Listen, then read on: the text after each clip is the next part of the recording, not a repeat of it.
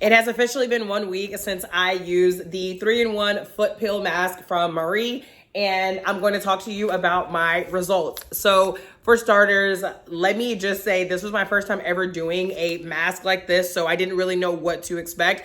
There were certain things that surprised me, certain things that sort of grossed me out, but overall, I had really, really great results. I do have another video where I walk you through the entire process of how to do the actual foot mask, but the instructions are all right here on the back. Step 1, step 2, step 3, step 4 for you to do. You literally just soak your feet in warm water first, which I did in the bathtub. Then you just cut you're gonna cut along the seam to actually separate the two masks because they kind of come in like one connected pack. Then you're gonna leave them on for 60 to 90 minutes. Personally, I did 90 minutes. And then afterwards, you are going to just rinse your feet off with warm water. So that's exactly what I did. Overall, I would say this gave me really, really great results. You just want to be prepared for the peeling, okay? The peeling is supposed to happen, of course. Again, as someone who did this for the first time, I was a little bit surprised. So I will show you some of the stages of the peeling that I went through.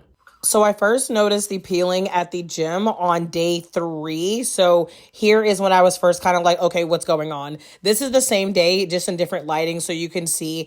And then on day 5, you can really start to see a lot of the peeling here. And then this was day 7, where it was kind of the end of it, but you can still see some. On the pack, it actually says that the dead skin will begin to shed between 5 to 7 days. It did not take that long for me at all. I'm actually 7 days out, and I would say the peeling is, if not 100% done, at least 90-95%. So I'll show you what my feet look like right now. So this is my foot 7 days later. So as you can see, compared to before, you're not seeing a whole bunch of areas where it's still peeling. There's like a tiny bit right here around my ankle, but for the most part, I would say the peeling is completely done. So as far as the results go, I definitely see a huge difference in how soft my feet are, especially even when I haven't really moisturized them yet. So before, in order for me to really feel that smoothness, I would have to put on like lotion or shea butter. But even when I get out of the shower, even before I moisturize, I can tell that my feet are softer. I am planning to do one of these at least